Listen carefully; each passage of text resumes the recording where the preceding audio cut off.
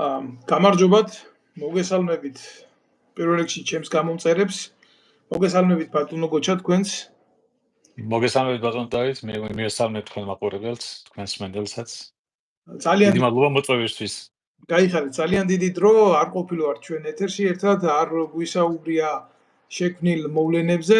ახლა ბალეტზე ჩვენ სასაუბროდ არ ვიკრიბებით. კარგი მოტივი იქნებოდა ხელოვნებაზე და ბალეტზე ლაპარაკი, მაგრამ არ გვიდგას ახლა სამაგისო დრო და ბალეტის სპეციალისტები ჩვენ სამწუხაროდ არა ვართ, მაგრამ ისეთი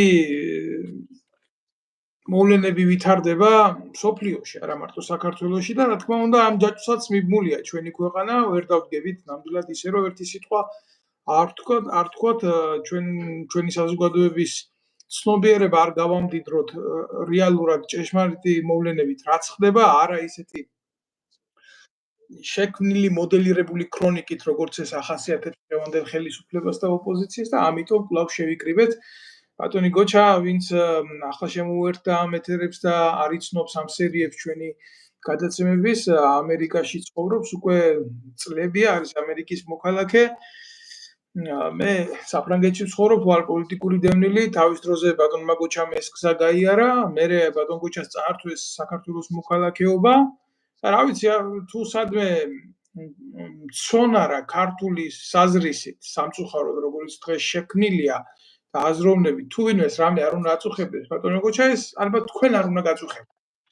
იმიტომ რომ ხართ ამერიკის მოქალაქე, ცხოვრობთ კარგად, კარგი სამსახური და მაინც არ გასვენებთ გამჩენი ერთვებით ამ ეთერში და აბრაზებთ ამ ქართული ოცნების ხელისუფლებას. რატო? რა გინდათ რისი გულისთვის? ბევრი დასვამ შეიძლება ამ შეკითხვას, მაგრამ ამ შეკითხვას დასვამს ის ადამიანი, ვინც არის ის თქვენი პრეისტორია, ვინც არის ის 2.800.000 ქართველის ბედი, რომლისგანაც ჩვენი ბედი პიროვნული პერსონალური არაფრით არ განირჩევა და არ უმსახურია ქართულ არმიაში, არ ყოფილა ქართული შეერაღებული ძალების ოჯახის წევრი, არ დაუღრია სისხლი ამ ქვეყნის გულისთვის და არ ქონია არანაირი შეხება ჩვენ სამშობლოსთან. მისთვის ალბათ მარტივი იქნებოდა ცხოვრება არა მარტო თუ უცხოეთში და განსაკუთრებით ამერიკაში, არამედ საკუთარ ქვეყანაშიც, თუ რა თქმა უნდა მისი ეზოს, ღობის, ყორის იქეთ არ გაიხედებოდა, მაგრამ ჩვენთან მიმართებაში ეს ასე არა. ამიტომ მოკლე პრეამბულის შემდეგ მე შემიძლია დღეს თქვენ გკითხოთ. ძალიან დიდი შეხვედრა გაკეთა. ტრამპი პუტინის შეხვედრა იყო პირველ ჩარჩოში რო დავინახოთ ალასკაში მოხდა ეს ყველაფერი, გარდა ამისა მოვლენებს წინ უსწრებდა რეგიონალური პოლიტიკური პროცესი, რაც სომხეთის პრეზიდენტის და აზერბაიჯანის პრეზიდენტის ურთიერთშერიგებით თუ ხელშეკრულების დადებით სამშვიდობო მისიაზე გამოიხატა და ნახეთ ეს ყველაფერი და ამ დროს კოცები ზიანდა deep states. ხო და ამიტომ დაგიძახეთ თქვენ სასაუბროთ ამ პოლიტიკურ მოვლენებზე და გისმენთ. დიდი მადლობა ბატონო დავით. ერთი პატარა ტექნიკური ხარვეზი არის ჩვენი საუბარი, რატომღაც დაგვიანებით მეორდება პირდაპირ ასე მესმის და იქნებ რაღაცა არის გამოსართველი მხარეზე. ვერაფერს ვერ გამოვთავ ბატონო გოჩა, 1-2 წამის დაგვიანებით დავსვამ შეკითხვებს. ო თან ხმამაღლა მოდის ბატონო დავით, მაგიტომაც ვამბობ, აი ყურმილში პირდაპირ. ხო და ესე იგი deep stage გვებზვის. ერთი მოდი აქედან დავიწყოთ, რომ პირველ რიგში დიდი მადლობა წარდგენისთვის, მეორე ძალიან ბევრი რამე ხდება საქართველოში. ფაქტიურად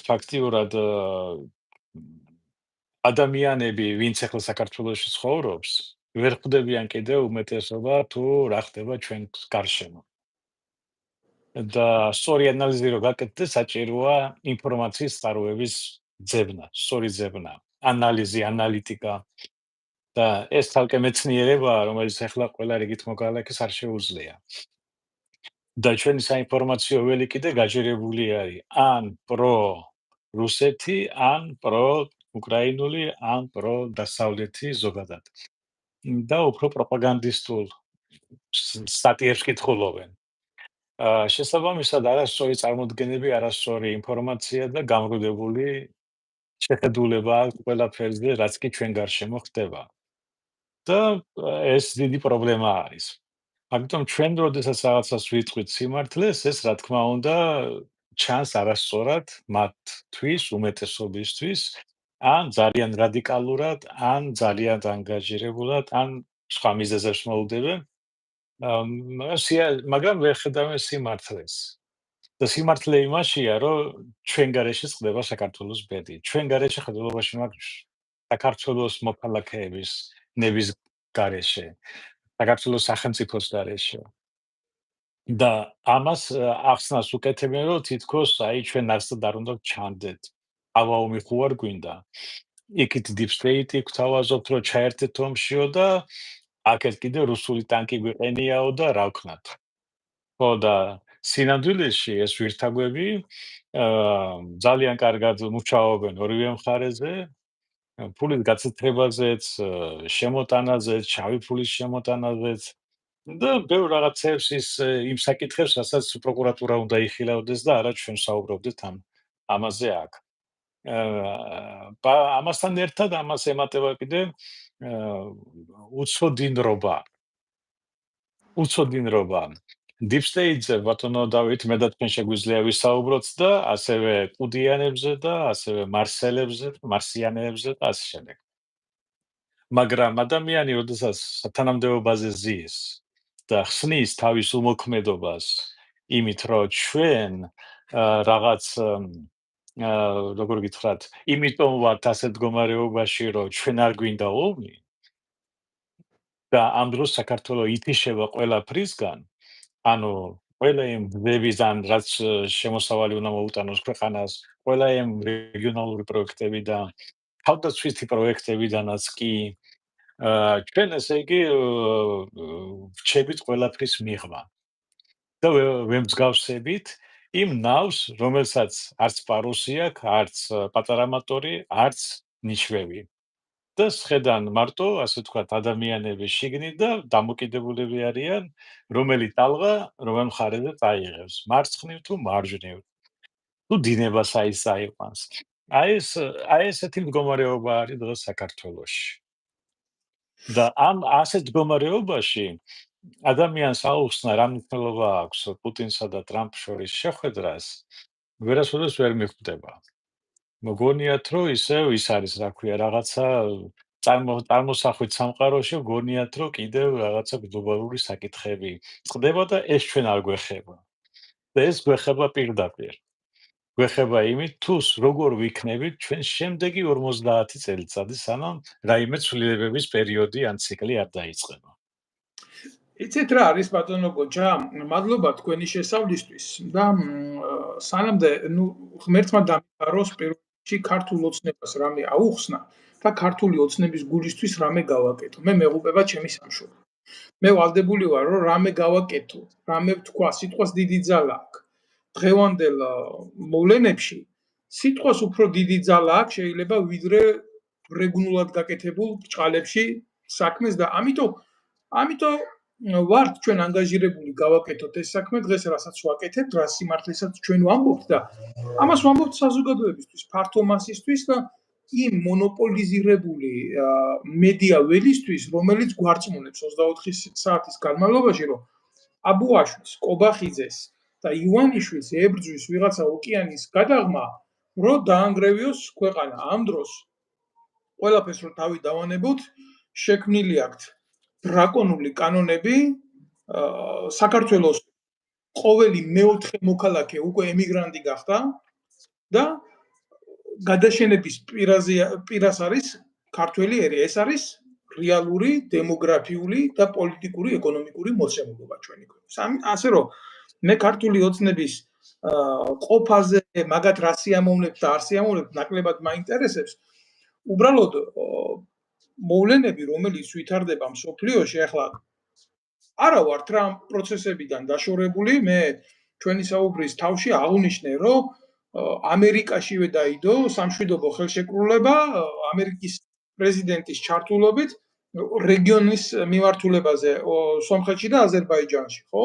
ფაქტურად ეს ხო რამოდენიმე რამოდენიმე ათეული კილომეტრი არის ჩვენი საზღვრიდან. ეს ხო შორი არ არის რა. ამიტომ ნებისმიერ მომენტში ჩვენ ვცხოვრობთ მყიფე ნიადაგზე. თავი რო დავანებოთ ოკუპირებულ ზონებს, მიმართულებებს, ნებისმიერ მომენტში შეიძლება გაიბეროს პრობლემა, რომელიც იქნება ტრადიციული ომის სახის. არანაირი გეგმა, არანაირი მზაობა, არანაირი არმია, რომელიც შეძლებს ქვეყნის თუნდაც რაღაცა ზღუდის შეკვრას, რომ თავდაცვითი სფეროები მოხდეს, არ არის. და დიდი სიცრუე იფანტება ტელევიზიით. ჩვენ რო დაუახლოვდით ჩვენ სიუჟეტს და მოვლენები უფრო გავშალოთ, აი საზოგადოებას რო აუხსნათ, რა პროცესები მიდიოდა ალიასკაში და რა პროცესები მიდის ახლა და დამატებით კიდე ერთ რაღაცას აღნიშნავ, მე სანამდე თქვენ დაიწყებთ სტრატეგიულად პროცესების გაშლას. მე არ შევაფასებ ამ მოვლენებს, მე დავინახე ადამიანები, რომლებსაც არ უნდათ ომის დამთავრება. ეს ადამიანები სხვაგან არ არიან, ეს ადამიანები არიან საქართველოში. მათ სურთ რომ ომი იყოს მკვლელობები. მე ვლაპარაკობ მედია საშუალებებზე. ესე იგი, სხვამ შეიძლება ბატონო გოჩა ეს ვერ დაინახოს, ან ვერ გაარჩიოს, მაგრამ გამომდინარე იქიდან ჩვენ ვართ სამხედროები. ჩვენ გვიმუშავია საპასუხისმგებლო თანამდებობებზე, ჩვენ ვხვდებით და ვიცით ინფორმაციის ნაკადის, წყაროს, მისი ხარისხის მნიშვნელობას და დებენ როგორ მასალებს, იცით? ანუ კაცის მკვლელობა უხარია. მნიშვნელობა არა აქვს, ვინაა მოწინააღმდეგე, ვინაა თავდამსხმელი. არა, გაწოდებენ ამას, რომ შენ უნდა გიხაროდეს, რომ ადამიანი მოკვდა. და უყურებ მე ადამიანის სახეს მხარეებს, საქართველოს პოლიტიკურ მხარეებს, რომლებსაც უბრალოდ არ უნდათ ომის დამთავრება და უხარიათ სიკვდილი. მათ არც საქართველოს ბედი არ აწუხებთ, არც უკრაინის ბედი არ აწუხებთ და არაფერი არ აწუხებთ საერთოდ. აი ამ მოვლენებს ვხედავ მე მხოლოდ. მოდი ანი ჩემთან.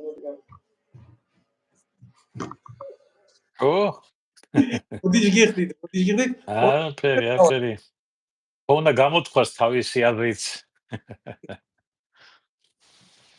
კარგი არის. გასაგებია ბატონო დავით თქვენი ისა. მე გეთანხმებით რომ ასეთი ადამიანებიც არსებობენ. მაგრამ ჩვენ უნდა უყუროთ ამას ცოტა როგორ გითხრათ, ცოტა სხვანაირად უნდა შევხედოთ ამ ყველაფერს. ეს ყველაფერი არის, როგორ გითხრათ, ომის ეფექტებიდან ომიდან გამომდინარე რაღაც გადახრები, რომლებიც ამა თუ იმ ქვეყანაში, ამა თუ იმ მოსახლეობაში, ამა თუ იმ ადამიანებში წარმოიშობა ამგვარი ექსტრემალური მდგომარეობის დროს. ეს მართლა ექსტრემალური მდგომარეობაა, იმიტომ დიდი ომი მიდის 1500 კილომეტრია ფრონტის რეალური სიგრძე. ეს დიდი ომი არის, ეს მეორე მსოფლიო ომის მერე არ ყოფილა ასეთი ომი ევრაზიის კონტინენტზე. შესაბამისად ადამიანებს გააჩნია თავიანთი შეხედულებები ამა თუ იმ საკითხზე. ზოგს შეშისგან ან რა იმართება, ან სხვა აზრები მოზის, ზოგი გირდება, ზოგი პირიქით ხდება უფრო აგრესიული და ასე შემდეგ. მაგას უნდა ძალიან ასე ვთქვათ, შევხედოთ ძალიან წყნარად. ფიდან ასე ვთქვათ. რაც შეეხება ალიასკაზე შეხვედრას, ეს შეხვედრა იყო ძალიან მნიშვნელოვანი და რატომ?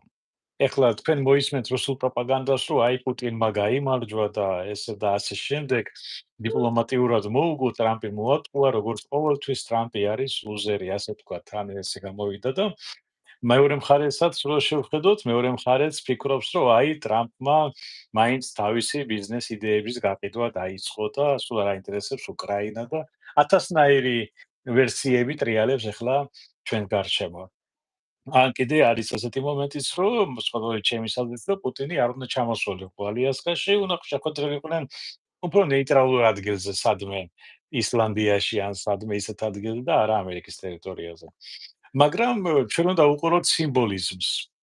სიმბოლიზმი თუ როდის ხდება დიპლომატიაში ეს ძალიან მნიშვნელოვანია და არანაკლებ მნიშვნელოვანი იმ საკითხებზე, რაზეც ისინი ღიად საუბრობენ. და რა ხდება მათ გარშემო ჩვენ ამიტომ ამასაც უნდა დავაკვირდით რა პირობებში არის მიღებული, როგორ არის მიღებული, როგორ ისხდნენ, როგორია მათი ასე ვთქვათ სხეულის ენა, რა ხდებოდა მათ გარშემო. ეს ამ ყველაფერს თუ დააკვირდებით და შეაჯამებთ, ამით ბატონმა ტრამპმა დაანახა პუტინს, რომ შეუძლია კარგადაც იმოქმედოს და შეუძლია ცუდადაც იმოქმედოს მისთვის. ეს მხოლოდ სულელმა ვერ გაინახა. სიტყვიერად კარგად ელაპარაკა, მაგრამ გარეშემო დაანახა, რომ ძალა აქვს და შეუძლია იმოქმედოს ძალითაც. აი ეს იყო და ეს. ბატონო გოჩა, ფაქტიურად ეხლა რასაც უყურებდი, მე ამ მოვლენებს გულახდილად გეტყვით, გამახსენდა ცივი ომის პერიოდი, კლასიკური სახით, სადაც აი და სიმბოლიზმი, რა თქმა უნდა, რაც თქვენ აღნიშნეთ, იმიტომ რომ ეს შეხვედრა ძალიან ნოყიერი იყო სიმბოლიზმით. არა მარტო პირადად უშუალოდ პირველი პირების შეხვედრა და მათი არტიკულაცია თუნდაც, არამედ თანხლები პირები, თუნდაც ლავროვი რო ჩავიდა, მაისური ეცვა საბჭოთა კავშირი ეწერა იქ რა. აი მეორე თუნდაც იქ ვინც ახლა ტრამპის წარმომადგენელს შემდეგ ლავროვსა და მათ შორის საუბრის დროს იქამდე საქართველოსაც კი შეეხდნენ. ძალიან ბევრი დეტალი იყო, თუნდაც პუტინის მისვლა გვაცადი, ანუ გეიშმაკები გვაცადი. თუნდაც პუტინის მისვლა რუსი მფრინავების საფლავზე, გესმით და ძალიან ბევრი დეტალი გაკეთდა იქ ისეთი სიმბოლიზმი იყო, რომ ძალთა დემონსტრირებაც იყო. თანაც მედიასთან იყვნენ ძალიან ლოზომილები. ფაქტიურად ამ შეხვედრას ჰქონდა აქვს პერსპექტივები, აქვს გათვლები, აქვს თავისი ტრიანგულაციები ორივე მხრიდან და ისინი ფიქრობენ სერიოზულად შემდეგი ნაბიჯის შემდეგ რა იქნება. აქ თითეული სიტყვა ორივე მხრიდან ჩემი აზრით იყო სერიოზულად დამუშავებული. ჩვენ ძალიან დიდ მოვლენასთან აგვაქვს საქმე. აქ არა მარტო უკრაინის ბედი წყდება, არამედ წყდება რეგიონალური პოლიტიკის ბედი. ამას ვერ უყურებს სამწუხაროდ დღეს საქართველოს თავრობა, დღევანდელი ოპოზიცია და მიდის ყველაფერი როგორ შეჯიბრში, იცით? ეს თავის ტრაგედიაში რო აქვს ჰამლეტი ასახული, რომ ისო ომსო იწყებსო და იმ ომშიო შესახვედრათო აგროვებსო პატრონოებსო, რომლებიცო ხმელი პურის გულისთვისო ქვეყნის დასალიერშიც კი გამოყვებიანო რა. მე არ მინდა რომ ქართველ კაცს გქონდეს ისეთი სახე, რომ რაღაცა ომი ხდება და ხმელი პურის გულისთვის ქოლ განახოს და შეეფაროს. აი ასეთ დონეზე ვარ სამწუხაროდ. მე არავის არ ვამცირებ, არავის არ უკრძალავს ადმე წასვლას რამე ომს, მაგრამ კრიმინალები, რომლის გასამართლებაც ვერ მოახდინა დღევანდელმა ხელისუფლებამ, დღეს წასულები არიან უმრავლესობა თავშეფარებულია ეგრეთ წოდებულ რეგიონალურ ომს, ამ საზარელ ომს და გმირებად ეტენებიან საქართველოს მოსახლეობას. ჩვენი პრობლემები გვაქვს. გარდა იმისა, რომ სოფლიოში მიდის ასეთი დიდი უბედურება და ჩვენ ბატონო გოჩა, სიტყვა არ დატოვოთ რა, ჩვენ ტრიბუნალშიცად გვიზის წულუკიანი, არც ისე დიდი ხნის გასულია 8 აგვისტო, რომლის უშუალო მონაწილეც მეც ვარ და მთელ ქართველ ერს ადგება სერიოზული შეურაცხყოფა ამ ქალის და მისი გარემოცვის წრიდან და მე მოგვიანებით თქვენ გთხოვთ, რომ აი ამ დეტალებზეც ისაუბროთ. აუცილებლად. მოდი დავიწყოთ იქიდან ჯერ ალიასკაზე მიმდინარე შეხვედრა რატო იყო მნიშვნელოვანი. როდესაც სერიოზული რეგიონალური ომი მიდის და ეს ფაქტიურად მსოფლიო ომის ერთ-ერთი ეპიზოდია, რომელიც მიდის ახლა რუსეთ-უკრაინის ფრონტზე. მსოფლიო ომი რეალურად გაჩაღებული არის უკვე და ამაში არის ეკონომიკური, ფინანსური და სხვა ისბერკეტები ჩართული. შესაბამისად ორი ქვეყნის პრეზიდენტის შეხვედრა მნიშვნელოვანი იყო იმიტომ, რომ ეს ორი ქვეყანა ყველაზე დიდი ბირთვული არსენალის მფლობელი. და საჭიროა რომ დაუდასტურონ ერთმანეთს, რომ ეს არ გადავა ზღვას, სადაც იქნება გამოყენებული ბირთვული არსენალი. მაგრამ ორივემ გამოთქვა მზაობა, აჩვენა მზაობა, რომ ორივე შეუძლია თქვათ ერთმანეთი გაანადგურონ. მაგრამ ორივე დაადასტურა, რომ ამას არ იზამენ. ეს ერთი. ეს მნიშვნელოვანი იყო, რომ ეს შეხვედრა ამ კუთხითაც. მეორე მთავარი საკითხი, რომელიც ახლა ვლადიმერ პუტინს აწუხებდა, ეს იყო ჩრდილოეთის რესურსების ათვისება და შორეული აღმოსავლეთის რესურსების ათვისება. რაც ასე ვთქვათ, ძალიან უნდა ამერიკის ბიზნეს წრეებს. ანუ მან ჩამოუტანა ტორტი ამერიკულ მთავრობას, რომ მოდი გავიყოთ ეს ტორტი. და როგორც წესი 60-40-ზე არის. 60% ამერიკელებს, 40% რუსებს. იმიტომ ამერიკული ტექნოლოგიების გარეშე ის რესურსი მხოლოდ მიწაში არის და იყოს, მაგრამ ვერავინ ვერ ახლებს ხელს, ასე რომ ვთქვი. რა თქმა უნდა, ამერიკული ბიზნეს წრეების ეს მნიშვნელოვანია. მაგრამ მეორეს მხრივ ეს არის მორალური მხარე კიდე. ეხლა წარმოიდგინეთ თქვენ 42 წელს თუ 43 წელს ვთქვათ ჩერჩილი ან რუზველტი ჩასულიყო ან ჰიტლერი ჩასულიყო ვაშინგტონში და შეეთავაზებინა რაღაცა გარიგებები აფრიკაზე და სხვადასხვა ტერიტორიებზე, როგორ გამოიყურებოდა ეს იმ პერიოდისთვის. ანუ მორალური მხარე მაინც ყოველთვის იქნება მაღლა დიპლომატიაში და პოლიტიკაში. ანუ მართალი მხარე უნდა იყო. და ასეთ შემთხვევაში რუსეთმა სამწუხაროდ დაიკავა არასწორი პოზიცია და შესაბამისად მისი შეთავაზებები იქნება განულებული. მარტო დარჩება იმ დონეზე, რაც მუშაობდა მანამდე. მაგიტომ ამ კუთხით პუტინმა ვერ მოთაფლა ამერიკის მთავრობა. რატომ? არა იმიტომ, რომ ბატონ ტრამპს ეს არ უნდოდა. მას ძალიანაც უნდოდა, როგორც კერძო პირი ხელს მოაწერდა ნებისმიერ საბუთს ახლა. მაგრამ აქ არის დემოკრატია, აქ არის კონგრესი, აქ არის სენატი, რომელიც ამის უფლებას არ მისცემდა. და შესაბამისად ეს მოლაპარაკება დარჩა მხოლოდ მოლაპარაკებად, ასე ვთქვათ, მეტი არაფერი უშედეგოდ. რაც შეეხება უკრაინის მიმართულებით, ამერიკის მხარე ვერასოდეს ვერ იქნება უკრაინის ტერიტორიების გამკარგველი. და შესაბამისად ტყუილი მოლოდინებია, რომ ამერიკამ და რუსეთმა გაიღო უკრაინა და ასე შემდეგ იდიოტებისა და ასე ვთქვათ შეთქმულების თეორიების მოყვარულებთათვის, ასე ვთქვათ რა, მათ როგორც უყვართ აი კიევამდე რუსეთი იქნება, კიევის მერე ამერიკა. არა, ამერიკა მოინდომა ადრე ლვოვით იყო კმაყოფილი და ეხლა უნდათ კიევიც. და რაღაცა ესეთ რაღაც სისულელეებს ამჟღავნებენ, ასე ვთქვათ, ჭორების სახით. მაგრამ ეს ასე არ იქნება. უკრაინის ხელისუფლების ალხის გარეშე, უკრაინის ტერიტორიების ბედს არავინ არ გადაწყვეტს. შესაბამისად, ომი გაგრძელდება იქამდე, სანამ, ასე ვთქვათ, პუტინის ხელისუფლება არ იგრძნობს, რომ ამ ომს უნდა დაუსვას წერტილი და ეს მხოლოდ პუტინს შეუძლია გადაწყვეტოს. ამერიკა ამას ვერ გადაწყვეტს. ბატონო გოჩა, თქვენ ახლა და ვიცი რომ ჩვენ გვისმენენ ის ქართველი ევროპელები ბჭყალებში რა, თქვენ ამ პრორუსულ განცხადებებს აკეთებთ მაკედან. აი ბჭყალებში რა, მოგეუბნებით, იმიტომ რასაც თქვენ ამბობთ ეს არის ჭეშმარიტი სიმართლე ანალიზზე გათვლილი, რეალობაზე გათვლილი და ამათი პროპაგანდა არის გულისამრევი. მოკლებული ყველანაირ სიმართლე ჯერ ხო ტრამპიც რუსი იყო. მოდი რა ვილაპარაკოთ ისე რა პოზიციებით საქართველოში მასას გააჩნია. აი 24 საათი ჰიტლერს რო ჰქონდა პროპაგანდა, ისეთი პროპაგანდა აქვს ნაციონალურ მოძრაობას და ქართულ ოცნებას. ესე იგი ჯერ უნდა ტრამპიც პრორუსი იყო, მერე იქამდე პუტინზე მეტი პრორუსი თურმე ტრამპი იყო. ხო და ეხლა თქვენ რასაც ამბობთ, ამათვის წარმოუდგენელი მომენტია, რას ქვია პუტინი დაასრულებს, სულ პუტინმა უკვე ომი წააგო, ესენი ამათმა უკრაინული დროშა უკვე აწიეს მოსკოვში და ასეთი იდიოტობები. იცი რა არის, მე თითქოს არც უნდა ვლაპარაკობდი ამ ყველაფერზე, მაგრამ ამაში ვართ ჩათრეული მთელი ერი. და აი ეს პრობლემაა, რაც თქვენ თქვით და რაც თქვენ ასახეთ, ხო? ზუსტად იგივე მასშტაბებში შეიძლება დაგვიმართოს უახლოეს პერიოდში. და პოლიტიკაზე 1 წელი და 2 წელი ეს დრო არ მიაჩნია. არსებობს პროცესები, რომელიც მიმდინარეობს, აი მაგალითად პროცესები როგორია? არ უნდა დაწყებულიყო რუსეთ-უკრაინის ომი, მაგრამ დაიწყო, ხო? დაწყება აღმოჩნდა მარტივი, დამთავრება არის რთული. ეს ხო არის მოცემულობა, გესმით?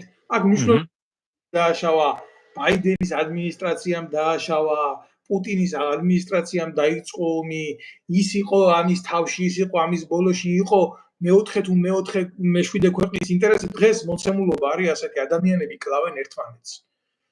ამაში იდება მსოფლიო ფული და რამხელა ზის, როგორ ზის და რანაირად ზის, თუნდაც პატარა ქვეყანაში, აი საქართველოა, ჩვენ რო გქონდა ომის წარმოება ჯდებოდა რამოდენიმე მილიონი დოლარი და ეხა კილომეტრი რო არის ფრონტის 1500 კილომეტრი და ამის გარდა ომი მიმდინარეობს საინფორმაციო, ჰიბრიდური, კიბერომი, ფსიქოლოგიური ომი და ტრადიციული ომი, მით უმეტეს ართული ჭურვებს, დრონებით ომს. იმ ომის ფასი რა არის? ერთი დღის ომის ნებისმიერს შევეკითხები. ხო, ანუ ამას გულისხმობ, სადაც იდება ფული, იქ არის ეკონომიკა ტრიალებს, იქ არის იმ ფულის გადამხდელის ინტერესი თავისთავად რა, ესე გაჩენა დაჩერდი, დაწყნარდი, ეხლა დავიწყო, ეხლა დავამთავრო, ესეთი რაღაცეები არ ახლა ამას ემატება ბატონო დავით, რომ ეს მარტო არ არის ციფრები, ეს არის ასევე ადამიანის სიცოცხლე. და ადამიანის სიცოცხლე შეუფასებელი არის. 5, 6, 7,000 ადამიანი კვირაში იღუპება, როგორც ბატონმა პრეზიდენტმა ტრამპმა ბრძანა. ორივე მხარეზე. წარმოიდგინეთ, რამხელა ტრაგედია არის. ყოველ დღე ეს არის სიკვდილი. ეს არის ვიღაცის ძმა, ვიღაცის მეუღლე, ვიღაცის ნათესავი, ახლობელი და ესე ვთქვათ, ორივე ქვეყნის საუკეთესო ადამიანები იხოცებიან როგორ გითხრათ, ერთნი იბრძვიან საკუთარი ქვეყნის თავდაცვისთვის, მეორენი იბრძვიან იდეოლოგიისთვის, რომელიც ყოველად მიუღებელი არის. სამწუხაროდ ეს რეალური ფაქტი არის და ამას ჩვენ უნდა გავუსწოროთ თვალი და ჩვენ უნდა მოვემზადოთ ჩვენი ომისთვის. და ჩვენი ომი ჯერ კიდევ წინ არის. და ეს მდგომარეობს რაში? როგორც კი დასრულდება უკრაინის, ასე ვთქვათ, ფრონტის ცხელი ფაზა, შემდეგი ცხელი ფაზა მოსალოდნელია სამხრეთ კავკასიაში. სამხრეთ კავკასიაშია საქართველო, აზერბაიჯანი, სომხეთი და საქართველო. კი, შეთანხმება მიღწეულია აზერბაიჯანსა და სომხეთს შორის, მაგრამ არიან ძალები, რომლებსაც არ აწყობს ეს შეთანხმება და არიან ძალები, ვისაც აწყობს, რომ ომი გაჩაღდეს სამხრეთ კავკასიაში, რომელიც გადავა ასევე ჩრდილოეთ კავკასიაში და შემდეგ გავრცელდება, ასე ვთქვათ, ვოლგისპირეთში და ზემოთ. ეს სამწუხაროდ არიან ასეთი ადამიანები, რომელიც გეგმავენ ასეც და ეს საუკუნეების მანძილზე ეს დაპირისპირება იყო და არის და კიდევ იქნება. ჩვენ რას ვაკეთებთ ამ შემთხვევაში? აი, რა კეთდება ჩვენ ქვეყნის ჩვენ ქვეყანას რო ვუყუროთ, რო შევხედოთ ჩვენი ქვეყნის უსაფრთხოებიდან გამომდინარე, რა არის გასაკეთებელი, რომ ჩვენ ეს ავიცილოთ, თუ ვერ ავიცილეთ, როგორ დავიცვათ ეფექტურად. და გამოვიდა, რომ ჩვენი ქვეყანა არაფერს არ აკეთებს პირიქით. ჩვენი მთავრობა არის, მთავრობის წევრები ჩართულები არიან ქართული მოსახლეობის გარეკვით ქვეყნიდან.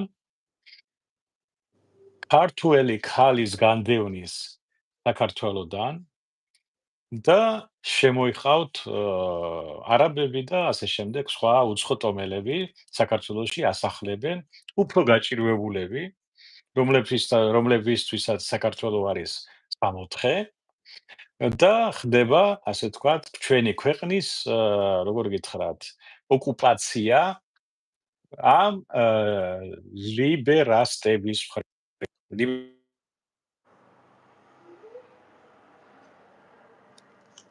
სამწუხაროდ გესმით ჩემი?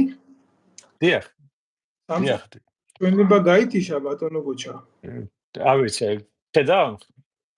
მე ვერ ხედავ თქვენი ხმა მესმის ძალიან კარგად, მაგრამ არ ვიცოდი ერთი წუთით. კარგი იქნება თუ ჩართავთ. აი, კარგი ხსნა კიდევ ვrtal, ეს დამირეკეს და მაგიტომ გაითიშა მაპატიეთ. ჩავრთე კამერა ჩართული მაქვს. ხო, სამწუხაროდ მე დიახ. ვერ გიყურებთ თქვენ, მაგრამ ხმა მესმის, ეხლა რომ გავთიშო საერთოდ უნდა გაითიშოს ჩვენება, მაგრამ არ ვიცი. რა ვქნათ, იცით? აი, კამერა ჩართე. არა, თქვენ სამწუხაროდ მე ვერ გიყურებთ, მაგრამ ერთი მე გავალ და ახლიდან შემოვალ. თქვენ ხაზზე რო დარჩეთ? კარგით ბატონო გოჩა. ძალიან საინტერესო საუბარი მაქვს დღეს ჩემ რესპონდენტთან, მე ვთვლი რომ საინტერესოა ეს ყველაფერი, ძალიან საინტერესოა. არ არის საქართველოში ის ძალა და ის ადამიანები, რომლებიც გაბედავენ ამ ყველაფერზე, აი ესე თამამად ისაუბრო. რატომ არ არის? იმიტომ არ არის, რომ საზოგადოებრივი მასები არიან დაშინებული. მათ ეშინიათ. ჩვეულებრივ ეშინიათ სიმართლის თქმა. ერთი წუთით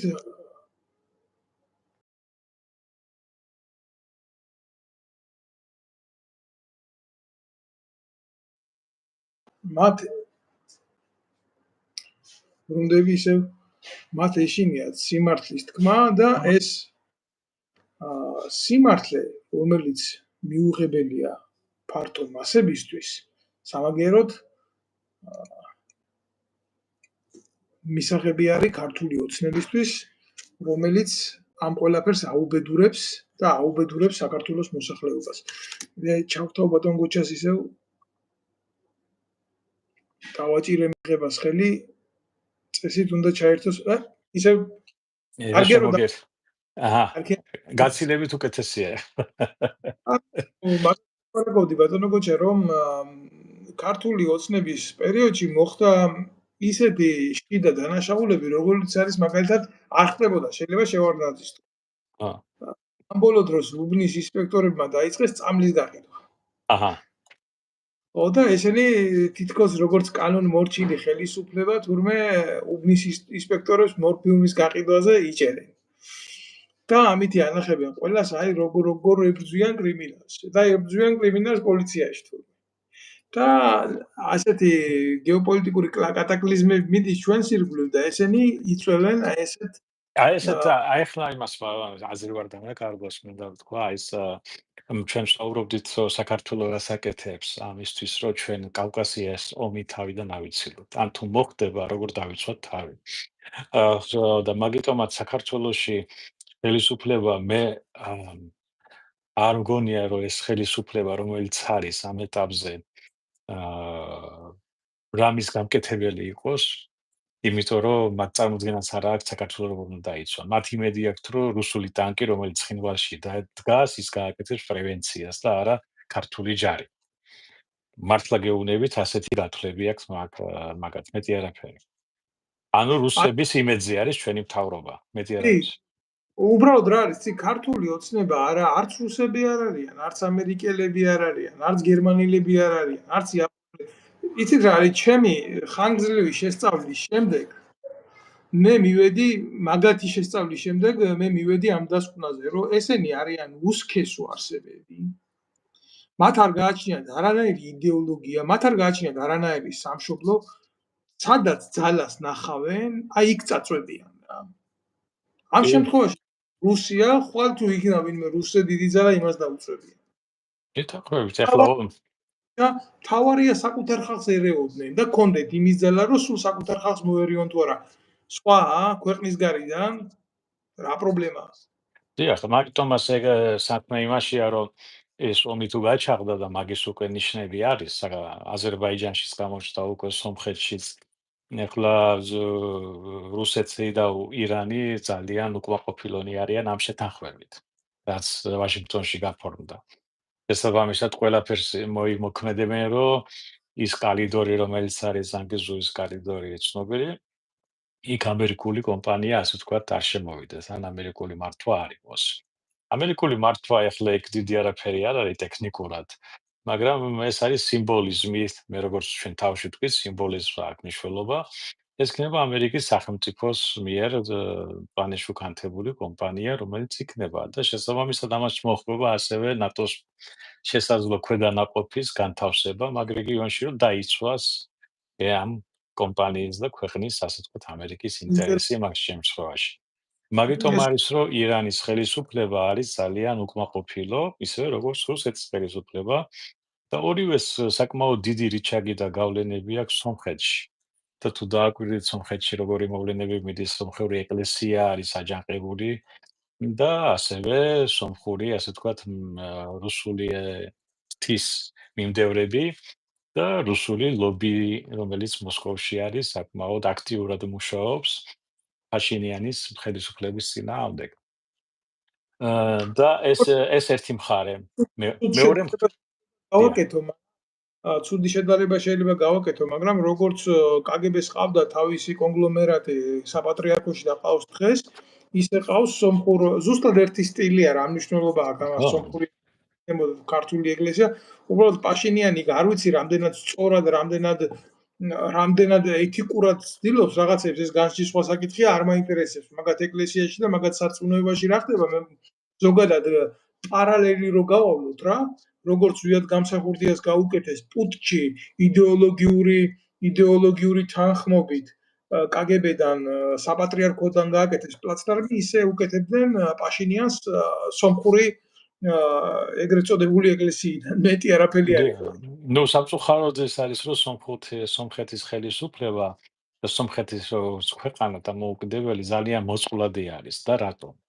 საქართველოსთან შედარებით. საქართველოსო უარეს მდგომარეობაში არიან, მიუხედავად მათი ლობისტების, ასე ვთქვათ, აქტიური მხარდაჭერისა. რაშია საქმე? მაგალითად, სომხური ეკლესია, ეს არის ყველა სომეხთა ეკლესია, ხო, ასე ვთქვათ. ეს არგენტინელი სომეხი იქნება თუ კალიფორნიელი თუ ისა, ეს მათის არის ყველასი. შესაბამისად, მათი პოზიცია ყოველთვის არის მეტნაკლებად გაზიარებული სომხურ მოსახლეობაში, მთელ მსოფლიოში, სადაც არიან გაფანტურები. და უნდა ეს გავლენა არსებობს, როგორც არ უნდა შეეწინააღმდეგოს პაშინიანი, ეს არის უზარმაზარი ძალა. მეორე მხარეზე არის ყარაბაღელი სომხები, რომლებიც არიან ძალიან უკმაყოფილოები და რომლებიც ფაქტიურად 30 წელი იყვნენ ხელისუფლებაში სომხეთში, ხო? სანამ პაშინიანი მოვიდოდა. და შესაბამისად ეს ფაქტორის მას სომხეთის ხელისუფლების წინააღმდეგ მიმუშავებს. და ამაში აქტიურ მხარდაჭერას გაუწევს პუტინი. რომელსაც ძალიან უნდა კი შესთავაზა ეხლა ტრამპთან რო იყო ჩამოსული, რომ შესთავაზა რომ მეც მივიღებ მონაწილეობასო ბანგეზურის კალიდურის ასე ვთქვათ მშენებლობაში ან კონტროლში. მაგრამ რას მიაღწევენ ეს სხვა საკითხი არის. მესამე მხრივ რა თქმა უნდა ჩვენ უკვე ვისაუბრეთ ირანის პოზიციაზე და ეს ორი ფაქტორი ესე იგი შეკავშირებულად და ირანი და რუსეთი ეხლა სიტუაციური მოკავშირეები არიან, არა იმიტომ რომ ძალიან უყვართ ერთმანეთი, არამედ ვითარება არის მათ გარშემო ისე შექმნილი, რომ უნდათ არ უნდა ერთმანეთს უნდა დაეხმარნონ. რუსეთი ეხმარება იარაღით და თქვათ ატომური ელექტროსადგურს უშენებდა, არ ვიცი რა სტადიაზე არის ახლა ეს. და ასევე ირანი ახლა ეხმარება რუსეთს იარაღით და შესაბამისი სხვადასხვა აღჭურვილობით რუსეთის ჯარს უკრაინის წინააღმდეგ ომში. და ისინი ახლა არიან მოკავშირეები. შესაბამისად ისინი ყველაფერს გააკეთებენ, რომ სომხეთში აირიოს ვითარება. ასევე თქვენ თუ დააკვირდებით აზერბაიჯანის პარლამენტში რა გამონათქვამები იყო საქართველოს შესახებ, იქ იყო გამონათქვამი, რომ საქართველო არის მტაცებელი, რომელსაც აქვს აზერბაიჯანული ტერიტორიები მითვისებული. სომხეთის პარლამენტში ხო, ეს იყო დემოკრატიული პარტიის ერთ-ერთი წარმომადგენელი. არ ვიცი რა დემოკრატიული პარტია აქვს იქა. ნუ არის ახლა მაგას ეს არ არის სახელმწიფო პოზიცია და რა თქმა უნდა ახლა პრეზიდენტ ალიევს ეგეთი აზრები თავში არ მოუვა, მაგრამ ვიღაცას აყვირებს და ტყუილად არ აყვირებს, ხო? მაგრამ ხო. ის ფაქტია, კაცო, გინდა ის უძახე, გინდა ის უძახე, შენი ქვეყნის ისტორიულ მემკვიდრეობაზე ვერ შედიხარ და აზერბაიჯანული ჯარი აღენია იქ და დიახ. ეს უკაცრავად საპატრიარქოში ძალიან კმაყოფილები არიან, კალიევს უთქვია, რომ მაგალ ჯიპებში იყოს სულ აზერბაიჯანული მნავთობი, ასე რომ მადლობელი არიან იქ საპატრიარქოში, პრობლემა არ არის. და წარმოიდგინეთ, რომ ნელ-ნელა ეს მეხუთე კოლონა რომელიც იყო და ასევე თქვენ უნდა გავისყიდავთ ინდოეთი-პაკისტანი. და რა პრობლემა არის აქ? ინდოეთს ახლა კი უნდა რომ გაიხსნას ასევე ჩრდილო-სამხრეთის მიმართულება. და პაკისტანი არის აზერბაიჯანის მხარეზე. მაგრამ ეს ორი მხარე ერთმანეთს ეწინააღმდეგება. მე არ ვიცი, ესე იგი ეს ძალებიც, რომელიც არ ჩანან, ისინი ძალიან აქტიურად მონაწილეობენ კავკასიის პოლიტიკაში. საქართველოშიც. და ჩვენები ახლა ინდოეთი რბილი ძალით მუშაობს. პაკისტანელები ახლა მაგდენი ფული არ აქვს და შესაბამისად მუშაობენ უფრო სამხედრო მიმართულებით და ასე ვთქვათ შეერაღებული მიმართულებით. მაგათ უდიდესი გამოცდილება აქვს ტერორისტების მომზადებისა 80-იანი წლებიდან. უდიდესი გამოცდილება. შესაბამისად ჩვენი ქვეყანა რას აკეთებს ამ შემთხვევაში? რამდენად არის გაკეთებული ჩვენი ზღუდეები, სადაზვერვო წერტილები, რა ვიცი, მათასი გერაგეგმები არსებობს საერთოდ და მე მინდა გითხრათ, თუ არანაირი გეგმა არ არსებობს, იმიტომ რომ ყველას აქვს ოჯახები, ელემენტარულად სამოქალაქო თავდაცვა არ არის ორგანიზებული, ელემენტარულზე ვამბობ და საქართველოში მოსახლეობამ არის ის, რომ ომსაომარი ვითარება რომ შეიქმნას, უნდა მიაკითხოს წყლის მოსატანად, უნდა მიაკითხოს საკვები პროდუქტები, ან სამედიცინო დახმარება საიდან უნდა მიიღოს და ასე შემდეგ. ჩვენი ქვეყანა არ არის არანაირად მზად და ამ დროს ჩვენი ხელისუფლება ებრძვის deep states და ოპოზიცია ებრძვის პრორუს ივანიშვილს. და მეტი პრობლემა საქართველოს არ აქვს. და მეტი პრობლემა არ განიხილება საქართველოში, იმიტომ რომ ალასწორებს ახლა იქ სადღაც რაღაცა ხდება, ჩემ სახლში ხო არ შემოვიდა, კარებზე ხო არავინ მომეკაკუნა. ასეთი პოზიცია აქვს დღეს ოპოზიციის ლიდერებსაც და ასევე ხელისუფლებასაც, რომელსაც გონია, რომ რუსეთი დაიცავს. და ამ სამწუხაროდ ეს ამბობაში ბატონო გოჩა ასე ვაზრულებთ ჩვენ დაახლოებით 30 წელიწადია, რაც დამოუკიდებლობა მოიპოვა და შევიქმნით სახელმწიფოდ და მთელი ამ ხნის განმავლობაში ახალგაზრდებს არ გააჩნიათ გეგმა, არ გააჩნიათ პერსპექტივა ცხოვრების განვითარების ჩვენი ქვეყნის ტერიტორიაზე და ისინი საკუთარ თავებს უცხო ქვეყნის მოქალაქეებად უფრო უყურებენ, უცხო ქვეყნის ჯანში შემტან ძალად უფრო აღიქვამენ, იმიტომ რომ უცხო ქვეყნებში აწყობილი არის საზოგადოებრივი ცხოვრება. მე შენ დღეს გიხდი ამას, ხვალ შენგანვე ვიბრუნებ ამას. ეს არის სახელმწიფოს და მოქალაქის კლასიკური გაგებით ურთიერთობა. თუ დღეს შენ ხმარობ ჩემ ჯანმრთელობას, ჩემ გამოცდილებას, ჩემ განათლებას, ხვალ შენ მიბრუნებ მე ამას საპენსიო ეკვივალენტით, რა თქმა უნდა, მე ამაზე ვაგებ ჩემ ცხოვრებას. ეს ბუნებრივი მოვლენაა, ნებისმიერ სახელმწიფოში ესეთი უკურევერსი უნდა არსებობდეს და თუ მე შენ დღეს ამას ვერ ვაძლევ, მაგ ჩდება ცუდი გამოცდილება მოქალაქეებში. შვილი მამას იმას კი არ ეუბნება, შენი ქვეყნისთვის იბრძოლი, აქ ამეთ იბრძოლი საკუთარი თავის გადასარჩენად, რომ შენ ხვალდაზე გარიყო ჩემ მდგომარეობაში.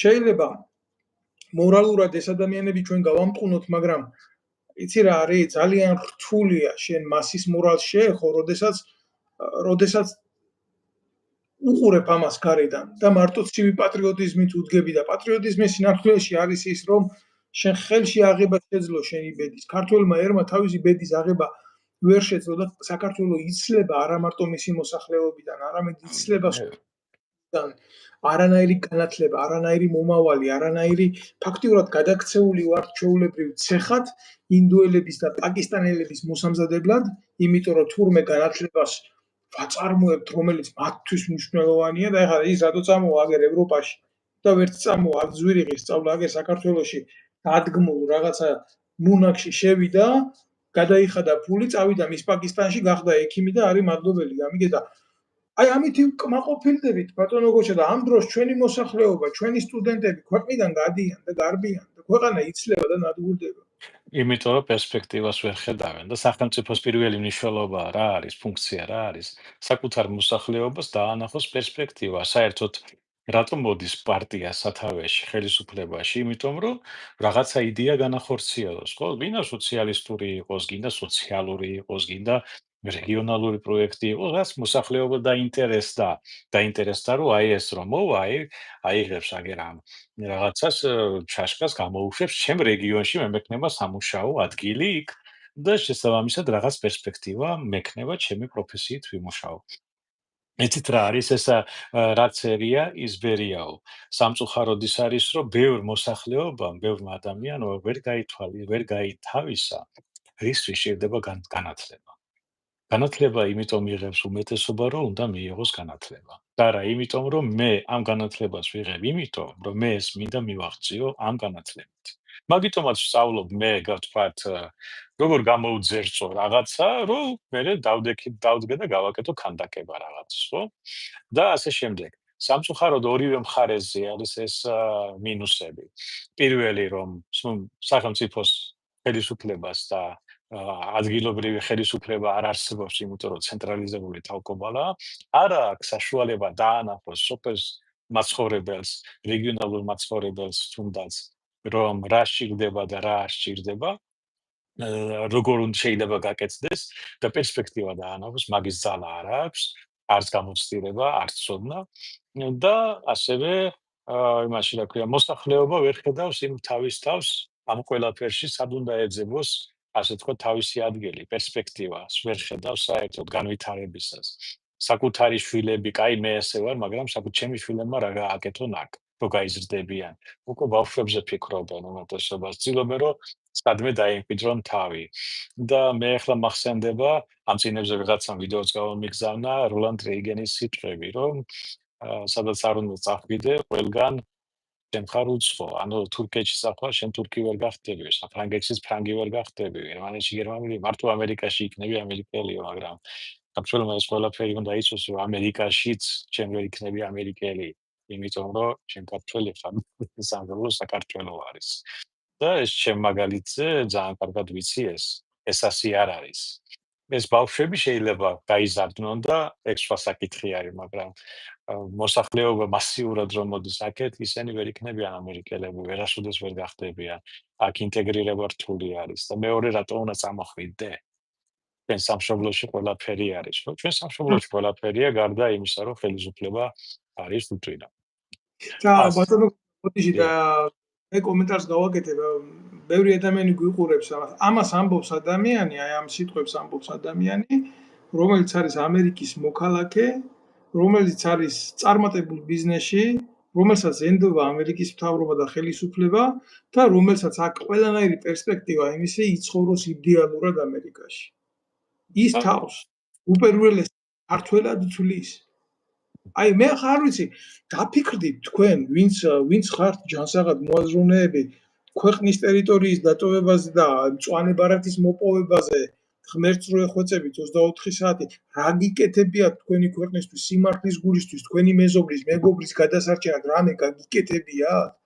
შეხედეთ იმ მწვანე გზას თქვენი სამშობლოს ცხოვრებაში, იძულებით წამოსვლა სხვა არის, დევნა სხვა არის და ნათქვამიც არის სადაურსას აწაიყვან ბედოო, მაგრამ გამოცდილებასაც ხო უნდა შეხედოთ, ამას ირონიულად არ გესაუბრებით. გესაუბრებით ნამდვილად.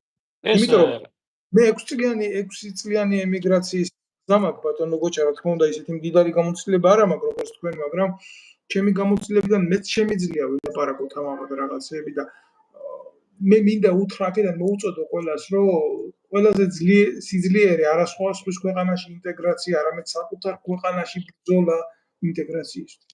მე ბატონო დავით, აი მართლა ძალიან ეხლა გეტყვით, ამერიკამ ერთადერთი რაც მომცა მე საშუალება დამენახა საერთოდ მსოფლიო ერები ერთმანეთთან როგორ კონტაქტობენ აქ ერთ ადგილზე. როგორ არის კანონი ორგანიზებული, როგორ არის სახელმწიფო ორგანიზებული მიუხედავად ეროვნებისა, რწამსისა, ორიენტაციისა და ასე შემდეგ. ეს არის ბრწყინვალე ისეთი ქვეყანა, რასაც ჩვენ ვინატრებდით, რომ ასე ქონოდეს. ყოველ შაბათ-კვირას, აგერ მე ახ პატარა ქალაქში ვცხოვრობ, ყველანი გახვეტილები არიან ეკლესიაში დიდი 8 საათზე. დიდი 8 საათზე უკვე სხედან იქ. ანუ 8:15 აღლია იქ ან დიდი 7 საათზე დგებიან, ხო, ადამიანები და მიდიან ეკლესიაში. ოჯახებით, ბავშვებით და ეს არის ეს ქალაქი ცარიელია. ხედი ნებისმიერ სახში გაიტანე რა გინდაო, ქურდის ის არის რასოთა მისწრება. მაგრამ წარმოიდგინეთ ამერიკა დიახ, ხო, ეს აქ აი გეუბნებით მე აი ოსტინში ვარ, აქ ოსტინთან პატარა ქალაქი არის ლიანდერში და აქ ლიანდერში ასე არის და ასევე ყველა ამ პატარა შემოგარენ ქალაქებში. ყველა ზოგი პროტესტანტია, თავის ეკლესიაშია, ზოგი კათოლიკია, იქით არის მართლმადიდებლურიც არის, ყველანაირი ეკლესიები არის აქ და ყველა ეკლესიაში დადის და ყველა ზოგჯერ ორჯერ ტარდება წირვა, რომ ხალხი არ ეტევა ზოგ ადგილზე. ხო და ზოგი არის დილით ადრე იწყება და მეორე იწყება 12-ის ნახევარზე ან 12-ზე. წარმოიდგინეთ, ასე არის დალაგებული. ეს არის ქვეყანა, რომელსაც ჩვენ ვეძახით ურწმუნოებს და გარყვნილობა და ესეთი გარყვნილები რო ვიყოთ, ჩვენ რა გვიჭირდა? ალბათ ესე არ ვიქნებოდით საერთოდ საქართველოში, ხო?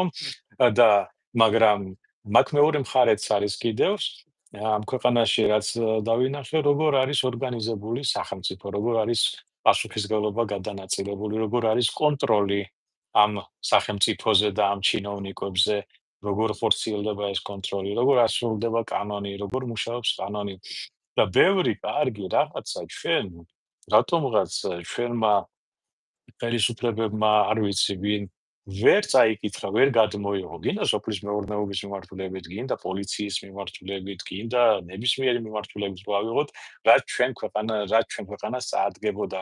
არ იყო ნასწავლი, არ იყო გადაღებული. შეიძლება აქედან აიღო გამზადებული მოსა, მოარგო შენ ქვეყანას, დაატესტო და გაუშვა სისტემაში, რომ ხალხმა ამოისუნთქოს თუნდაც ადგილობრივი თვითმმართველობის სისტემა როგორ არის ორგანიზებული აქ. პოლიციის უფროსი ქალაქში ირჩევა. 2 წლით, მეტი არა. მოსამართლეც არჩევითი არის. პროკურორიც არჩევითია. კაი დედმამიშვილებია და თავის საქმე კარგად არ გააკეთონ. მევაც მე აღარსად არ მიიღებენ. იგივე უნდა მოხდეს საქართველოში. დაალაგდეს ეს სისტემა უნდა დაალაგდეს. შესწავლილი რაც კარგი არის, უნდა გადავიღოთ და ეს ყველაფერი მოვარგოთ ჩვენ ქვეყანას და დავალაგოთ ესა და ეს არ იყო გათვალისწინებული. პირიქით ჩვენი ხალხი ყველანაირად ეუბნებოდა, რომ ესე იგი საქართველოში არაფერი გამო ნიჰილიზმის დათესვა მიდიოდა მიზან მიმართულად. გააკ საქართველოა და აბა ეხლა ეს როგორ გამოვა. გამოვა ძალიან კარგადაც გამოვიდა, მოსახლეობა ადამიანი ყველგან ერთნაირი არის, ხო? თუ აქ შეძლეს ამ ადამიანებმა, ჩვენ და თუ არ შეგვიძლია იქ გავაკეთოთ, ხო? ჩვენ სამშობლოში. და მაგრამ ამას უნდა სახელმწიფო ესე ქვია ნება უნდა. ხო, ნება არის საჭირო და სახელმწიფო არ იძლევა მაგ ნებას, იმიტომ რომ ჯერ ერთი არ იცის როგორ გააკეთოს, მეორე კიდე ეგ რო გააკეთდეს, მაშინ ფული როგორ უნდა მოიპაროს, სახლი როგორ უნდა აიშენოს. თავის სოლის ნათესავები და იმიანად როგორია რომ ასე თქვა დაბადების დღეზე ეხლა როგორ არის თურმე მიღებული არ ვიცოდი ახლა მიყვებიან აქ რომ ჩინოვნიკებს ეშინიათ და მიდიან საზღვარგარეთ დაბადების დღეს იხდიან და მეგობრები ყველას მიხავთ იქით თურმე სოლის მოყვანა იქნება დაბადების დღე იქნება რაღაცა იქნება ჩვენი მთავრობის წევრები მიდიან ამ წეული დასავლეთის ქვეყნებში და იქ აღნიშნავენ ყველაფერს შოპინგზეც და ისე შემდეგ და ესე იგი გამოდის რომ მე რო დავთვალე ესე იგი რამდენი გამოდის აი ფაქტიურად ჩვენი ბიუჯეტის 50% იპარავენ ანუ არასწორად ხარჯავენ დავარქვათ ასე რო არ იყოს რომ ცილისწამება არის არასწორად იხარჯება ჩვენი ქვეყნის ბიუჯეტი და შესაბამისად ჩვენ რო არ მოვთხოვოთ მაგიტომაც აი რომ ქართული მოსახლეობა უნდა გავიდეს და ეხლა პაკისტანელი და ინდუელი და არაბი 100 წელი არ მოსთხოვენ ამას, იმიტომ რომ იმათთან ეს ნორმა არის. რომ უფროსმა უნდა მოიპაროს.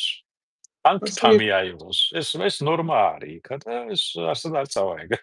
დუბაიშიც გინდა და ინდუეთში გინდა თუ ჩინეთში თუ ყველა. ჩინეთში ნაკლებად ეხლა იქ ეშინია დახრეტავენ მაინც. აქ დანარჩენებში არა, მაგიტომ ეს არ უნდათ რომ საქართველოს ვინმე მკითხვა დაუსვა. საიდან ეს სახლი? საიდან ის მანქანა? საიდან ის 25,000-იანი ევროიანი ის რო არის ხელჩანთა? ან კიდე 50,000-იანი საათი. შეიძლება გლეხმა დაინახოს და ეხლა ვერც გაიგოს რა საათი არის. მაგრამ ეს ვინ სპეციალისტია, აბა გაადიდეთ და დახედეთ და მე შეადარეთ Amazon-ზე რამდენად იყიდება ან იმაში ინტერნეტებში, ხო? და ეს კოლექციონერებს ვაკეთებენ და ტანის ამოსი რო არ უნდა ქონდეს კოსტუმი ჩაცმული, თქვა არმანის უნდა იყოს, კიდე თუ არა და ერთმანეთს რო ეჯიბრებიან.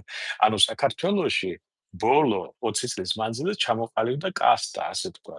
ხელშეუხებელთა კასტა, რომელსაც აქვს სახლები, თავისი აგარაკები შემოღობილი, დაცული და იქ რო ასე თქვა ჩიტი ვერ შეფრინდება. და არის კიდე დანარჩენი მომსახურე პერსონალი და აი ვიღაც ემიგრანტები იქიდან საფრანგეთიდან და იმიდან რომელიც დაკავებული არიან რაღაცა შავი სამუშაოთი მე რა უნდა გამისწოროს აქა და რა უნდა მასწავლოს გამიგეთ აი ესეთი მიდგომა არის მის მოსახლეობასთან დღეს საქართველოს ხელისუფლების მხრიდან და მაგიტომაც ვართ ამ დღეში სხვათა შორის მე მაგ გარყვნილი ამერიკა მაგენი თვალი დაუდგა მაგ ამერიკას მეც გაუცებული დაურჩი რა პირველ როდესაც მე ვიყავი აქ პირველი წლების ემიგრანტი პროპაგანდა მაინც მუშაობს რა ადამიანზე რომელიც არ იცნობს გარე სამყაროს და მესმოდა სულ რა თქმა უნდა მესმოდა გარყვნილება უბედურება ასე მე გაუცებული დაურჩი რა დონის მორწმუნეა მოსახლეობა აქ საკუთარი მრწამსის და როგორი დონის მართალი იყო ხალხური განმარტება ურწმუნო კაცი არისო საშიში და ცოდვაო თუ არა მორწმუნესო კიდე ეშველებაო მე შეხება მაგ ამ საზოგადოებასთან მე ძალიან ბევრი მეგობარი მყავს და არაერთხელ ყოფილა შემთხვევა რომ დაუპატიჟები ვართ კიდევაც თუნდაც მესა იქნება მათი და მქონია შემთხვევა მე სულ ვარ კიდევაც მე ყოველთვის სადაც არ უნდა ვიყო ყოველთვის ყველგან მართლმადიდებელი ვიქნები მაგრამ პატივს ვცემ მე სხვის რელიგიას და სარწმუნოებას და იცით რა არის უნდა აღვნიშნო ეს აუცილებლად უნდა აღვნიშნო რომ სადაც მივსულვარ მე როგორც მართლმადიდებელი ქრისტიანი, არავის ჩემთვის მართლმადიდებელი ქრისტიანობა არ წაურთმევია რა. პირიქით სიყვარულით და პატივისცემით აღუნიშნიათ, რომ მე იმ წუთას იქ ვიმყოფებოდი როგორც მართლმადიდებელი ქრისტიანი. გესმით? და მე ამ ხელა სიყვარულს მე ვერ უყურებ საპატრიარქოს დამოკიდებულებაში და იცით რა არის კიდე რა დამინახია? გამოწვევა მათში ქრისტეს მორალის მიხედვით, რომ დაეხმარონ მრევლს საქართველოს საპატრიარქო შექმნის დღიდან სულ ითხოვს მრევლის მიერ დახმარებას ამ ყანდურების მიმართ. მე ეს დავინახე პირველ რიგში, რაც დავინახე, ეს ქრისტიანული მორალის თანახმად რა მძიმედ დამრჩა სამწუხაროდ გულში და დანარჩენი ახლა რო უყურებ პრეისტორიას უფრო მე-18-19 საუკუნის აქეთ თუნდაც აგერ ილია ჭავჭავაძე წერდა რომ იმ ეპოქაში რო დავით აღმაშენებლისო დროსო რო ცოდნოდათო ჩვენი ეპოქის საქართველოსიო რა ხდებაო როგორ უყურებსო ქრისტიანიო მუსულმანსო ან სხვა რელიგიის ადამიანსო ალბათო შერცხვებოდათ რომ ქართველები არიან ამასაც წერს ილია ჭავჭავაძე გესმით იმ დავით აღმაშენებელზე და იმ დავით აღმაშენებლის ეპოქაზე რომელმაც თბილისის დაბრუნების შემდეგ ქართველს აუკრძალა ბორის ყოლა თუ რა თქმა უნდა მის უბანში მუსულმანი ცხოვრობდა და ჩვენ ქართველ ერს გვესწავლებოდა ტოლერანტობა, ურთიერთრელიგიური პატივისცემა, მრავალეთნიკურ გარემოში ცხოვრება, თუ რა, როგორ განვითარდებოდით, როგორ შევქმნიდით ოქროს ხანას, როგორ გავნაყოფიერდებოდით ისე როგორც ერი და სახელმწიფო იმ ბნელს შუა საუკუნეებში, რო ჩვენ არ გვქონოდა სხვა ერებთან და სხვა კულტურებთან თანაცხოვრების კულტურა და გაგება და სოფლმხედველობა. სამწუხაროდ ის შემდეგ აქეთ ან წაგვართვეს, ან შთანერგეს ჩვენში არასწორი ცნება თანაარსებობისა, რამაც მერე მიგვიყვანა და მივყავართ ამ მდგომარეობამდე. და შემდეგ სხვა ერებიდან და სხვა კულტურიდან ჩვენ გვიკვირსო, თითქოს ჩვენ ეს არასოდეს არ გვქონია. ეს არის რეალობა. ეს ქონია და ჩვენ ვართ იგივე საბჭოთა, ასე თქვათ, კავშირიდან გამოსული ხალხი. და სადაც რელიგია არ თამაშობდა დიდ როლს, ეს იყო უფრო ძალიან ვიწრო წრი ადამიანებისთვის, ახლო რაღაცა, მაგრამ მასიურად გინდა საქართველოს გინდა ყოფილ საბჭოთა კავშირში მასიურად რელიგია არ თამაშობდა დიდ როლს ოჯახების ცხოვრებაში ან აღზრდაში და მაგიტომაც გამოვიდნენ რამდენიმე თაობა და უფრო გამოვედით როგორ გითხრათ იცით უფრო ცინიზმი უფრო მეტია ვიდრე წამსი საქართველოს მოსახლეობაში მან ჩემი თაობას და ზემოთ ეს ორი აზრი არ არის ეს ასე არის ну ცირეოდენი ხალხი გამონაკლისით იმიტომ რომ ბევრს რო შეეკითხოთ ბიბლია არც კი იცის რა ფერი არის და გადაშლილიც არ აქვს არავის საკითხული არ აქვს ხო საკითხვაზე ხო ზედმეტია ლაპარაკი მაგიტომაც ეს ბუნებრივია ეს მდგომარეობა იმიტომ რომ ყოფილი СССР-ს ქვეყანა ვიყავით ჩვენ მანამდე ჩვენი ეკლესია მე ახლა არ ვამბობ რუსეთის იმპერიის დროს რა კატაკლიზმები ხდებოდა მაგრამ ეკლესიას ჩართული იყო ტყვეთა მე ვამბობ სანამ რუსეთის იმპერია მოვიდოდა ეკლესია პირადად იყო ჩართული ტყვეთა ვაჭრობაში პირდაპირ ყველაფერში რაც კი ხდებოდა იმ ხანაში ყველაფერში მონაწილეობდა ყველგან იყო ჩართული და ეს იყო ეკლესია იყო ბიზნესი მაშინ ერთეულების გამონაკლისით. ბუდიში ყველა ეპოქას ჰქონდა თავისი სიმძიმე, თუნდაც აქ რაც ხდებოდა ბალთაზარ კოზა აქ ამ სიტუაციაზე დაიწერა თუნდაც კათოლიკურ სამყაროზე და პრობლემა რაში მდგომარეობს, იცი? პრობლემა მდგომარეობს იმაში, რომ ევროპულმა საზოგადოებამ შეძლო გამიჯუნა ფანატიზმის და რელიგიის და ჩვენ ვერ შევძელით ეს. ჩვენთან ფანატიზმი არ არის, მაგრამ დავით, საერთოდ. მე გეტყვით, მე მაგას აქვია ცინიზმი.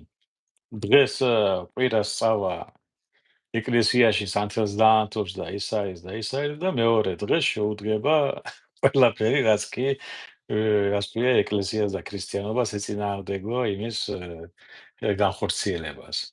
ლანძღვა გინება, ცილის წამება, ყველაფერი რაც კი შეიძლება 10 მცნება რო აიღოთ, მგონი 1-2-ის გამონაკლისით ყველაფერი ირღვევა. და მე ისევ წავა სანთელს დაანთებენ, ესე არის, მაგას აქვია ცინიზმი, მეტი არაფერი. უბრალოდ რა არის, მე ვარ წინააღმდეგი ყოველთვის ყველანაირი არაპოლიტიკური ბერკეტის პოლიტიკურ ბერკეტად გამოყენებისთვის და როდესაც უყურებ ახლა დღეს რაც ხდება არ მინდა ჩავერიო ამათ იმაში და მაგრამ აბა როგორ შეიძლება ეს როდესაც ერთ-ერთი ყველაზე უმნიშვნელოვანესი ღერძი დღევანდელი ქართული ოცნების არის ეკლესიის გამოყენება პოლიტიკურ ველზე. ეს ძალიან მიუღებელია ზოგადად, მაგრამ და რო უყურებ, იცით, როგორი გარჩევები აქვს ეს მონაზონი იქ ჩვეულებრივ აი ყანდურის როლებში შესული არქიპოსეთურები ქრისტეს და მის ჯვარს და მის მორალს დღეში ყიდიან, იუდას არ გაუღებია ქრისტე ისე ძვირად და ისეთი წარმატებით, როგორც დღევანდელმა საპატრიარქომ ქრისტე გაყიდა. ამას ვაცხადებ დიდი გულის ტკივილით და პირდაპირ ვამბობ, რომ დღევანდელ საპატრიარქოსთან საერთოდ მიჯნავ ქრისტიანობას, მართლმადიდებლობას და ქართველ ერს. მე არ მინახია, რომ ვინმეს ყოფნოდა ვაჟკაცობა გამოსულიყო და ეთქვა, რომ მთელი ეს უბედურება განწირულია ერთ დიდ უბედურებაზე და ერი დაიღუპება და ბიჭო, თუ იმიდან იღებენ მაგალითს, ბერითებდორიდან აიღონ ეს მაგალითი, როგორ შეეწირათ საკუთარი ერისკენ მიღებას, ხო? როგორ შეეწირა საკუთარი თავი. ვინ დაუშალა ბატონო გოჩა ამათ თავგანწირვა? მე ვფიქრობ, დავით, ეს პრობლემა ისევ რაში არის, გეტყვით რაში არის. პირველ რიგში ეს ეკლესიის ბრალი არ არის, ეს არის სახელმწიფოს ბრალი, რომელიც ეკლესიაში ერევა თავიდან თავისი ძალებით, რომლებიც ადრე იყო, თქვათ, უშიშროებაში მეხუთე სამმართველო მაგით დაკავებული, რომელსაც ერქვა იდეოლოგიური, ასე თქვათ, მიმართულება ჰქონდა აღებული და რელიგიებს კურირებდა. ფაქტიურად ყველა ადამიანი, ვინც კი მღვდელსახური იყო, ყველა გატარებული იყო, ასე ვთქვათ, მაშინდელი ძველი კგბ-ს, ასე ვთქვათ, პრიზმის ქვეშ. მაგრამ ეს ბერკეტი რო რჩება მოსახლეობაზე კონტროლის, ინფორმაციის ამოღების და ასე შემდეგ, ეს ამის, ასე ვთქვათ, როგორ გითხრათ, მიდრეკილება ხელისუფლებას, რომ ასე რუსულად არის სიტყვა საბლაზნ, ანუ მოთაფლვა, ანუ ხო, აი ძალიან უჭირთ ხელიდან გაშვება და მაგიტომაც არის, რომ ეკლესიას აფინანსებს ასევე სახელმწიფო, რომელიც არ უნდა იყოს ასე. მე ვფიქრობ, ეკლესიას უნდა აფინანსებდეს მრევლი, საკუთარი მრევლი.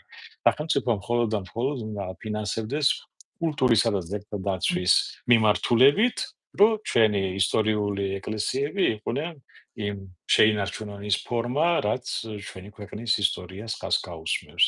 დანარჩენი უკვე მეულმა გადაწყვიტოს თავის მოდელს, რამდენი გადაუხადოს და რამდენი ისაქნას, რამდენი შესწიროს და ასე შემდეგ და ეს არ უნდა იყოს სახელმწიფო დოტაციაზე. ჯობია ეგ ფული გადაანაწილოს სკოლა-ინტერნატებზე.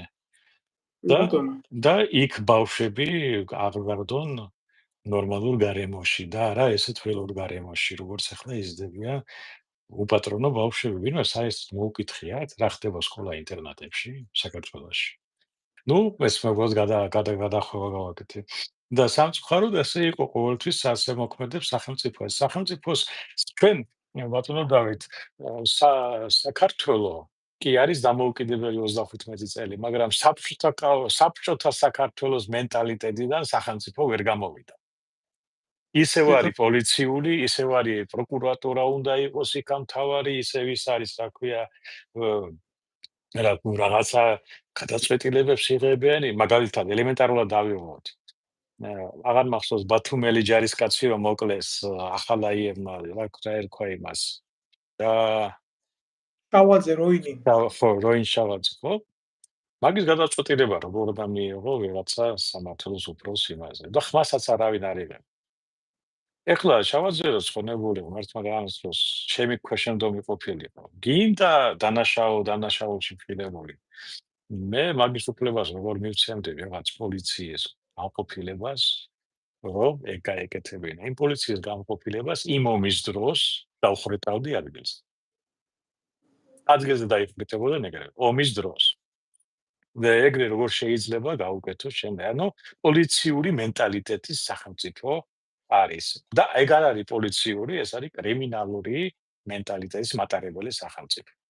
ბატონო გოჩა, აბსოლუტურად გეთანხმებით. თქვენ მე მინდოდა რომ ეს ლაივ ეთერი უკვე დამესრულებია, მაგრამ ჩვენ დიდი ხანი არ გქონია კომუნიკაცია ერთმანეთთან და საზოგადოებასთან ასე ფართოდ არ გვიმსჯელია ამ თემას და ძალიან გთხოვთ, ჩემი თხოვნა იქნება პატარა დრო დაგვითმოთ კიდე და აუცილებლად შევეხოთ წულუკიანის ეგრეთ წოდებულ კომისიას.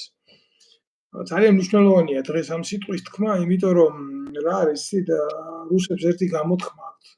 ბევრს მოსწონს, ბევრს არ მოსწონს, მაგრამ გამოთქმები ხანდახან ძალიან სერიოზული აქვს და არა მარტო კულტურაც აქვთ. რუსული კულტურა, რუსული ლიტერატურა, რუსული ფილოსოფია და ფსიქოლოგია ეს არ არის ხელწამოსაკრავი და ესეთი ნათქვამი აქვს რა, სამ танцуем, сам поем, сам билеты продаем. კი არის. ვადიეთ, მაგრამ აი წულუკიანის კომისიას მე მეც ვერაფერს ვერ დავარქმევ.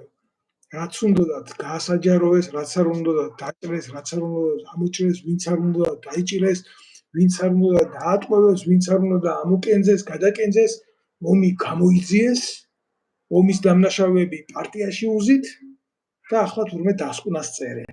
გესმით და მე გარის მე გეტყვით ბაზარს.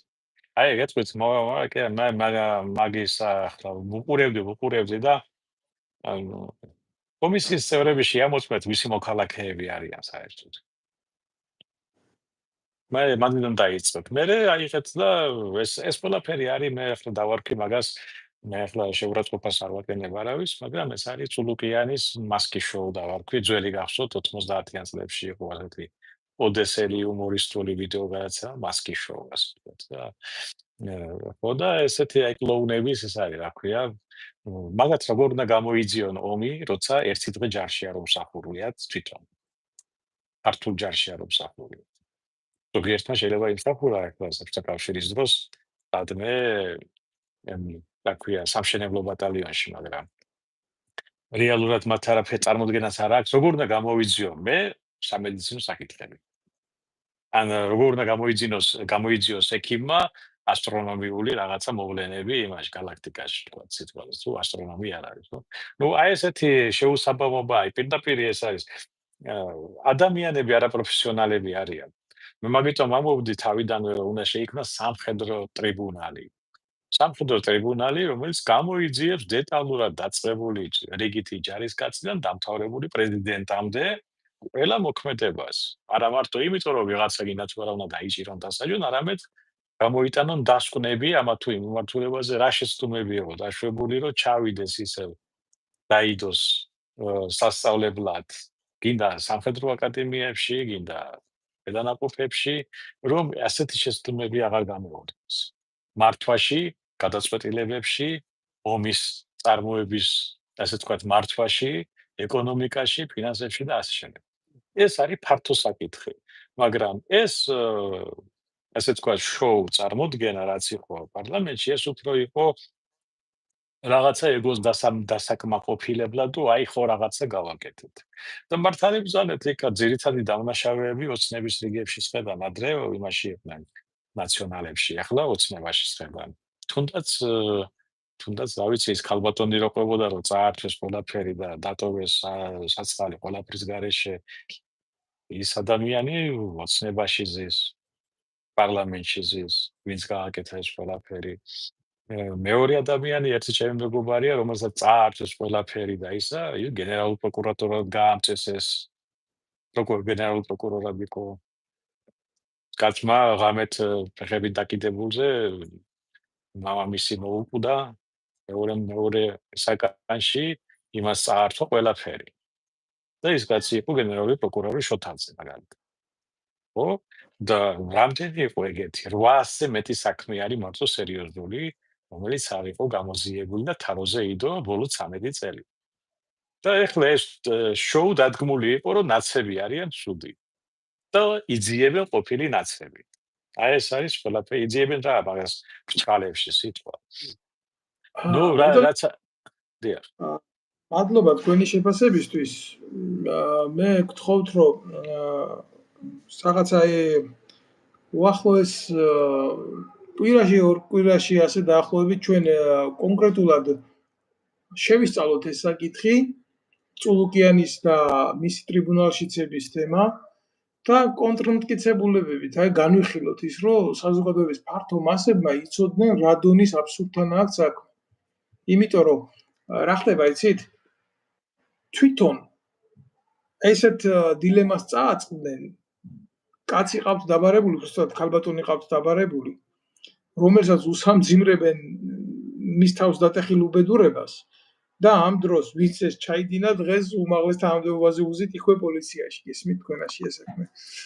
ამ და სხვა დეტალები ეს დავამატებ მე, რომ აი მე ახლა შორს არ წავარ პირდაპირ ჩვენს საკითხებს ამ ხელმოსაზღვაო ძალების საკითხზე.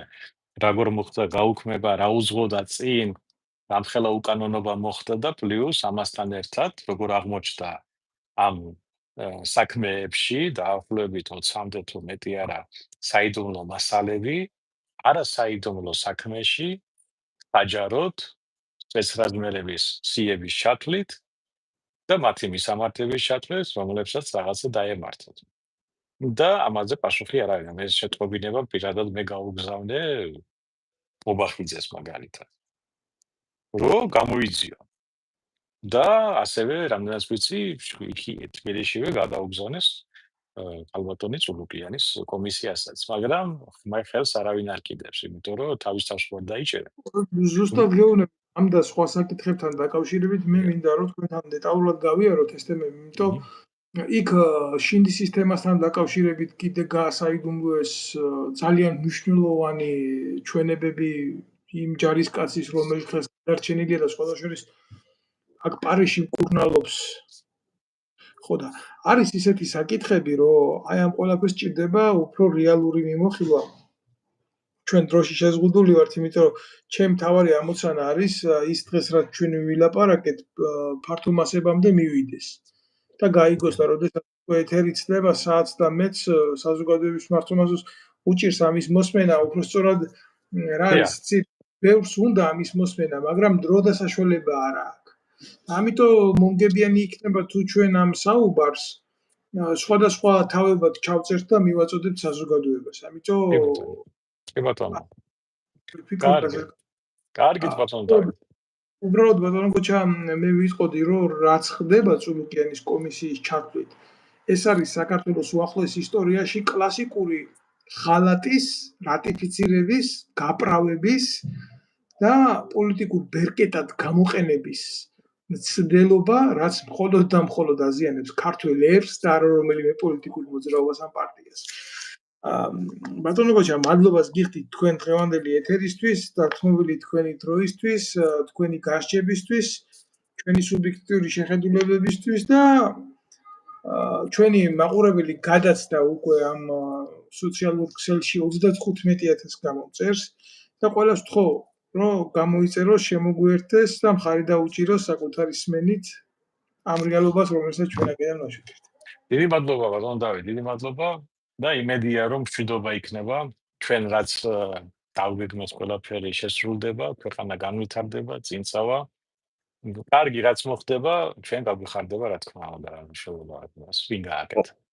ჩვენ ვებრძვით არა პერსონებს, არამედ არაპოლიტიკურ პარტიებს, არამედ ნეგატივს, რომელიც შეიძლება იყოს პოლიტიკური პარტიის, პერსონის, ან რომელიმე ეგრეთ წოდებული სახელმწიფო მოღვაწის აქციელში ან საუბარში ან დესტრუქციულ ქმედებაში. მე კონკრეტულად ჩასაფრება შეიძლება მოუწყო მტერს და საკუთარ სამშობლოს როგორ უნდა ჩაუსაფრთხო. ნეგატივს ჩასაფრება არ უნდა, ნეგატივი უნდა გაანეიტრალო. აი ამას დიდი მადლობა.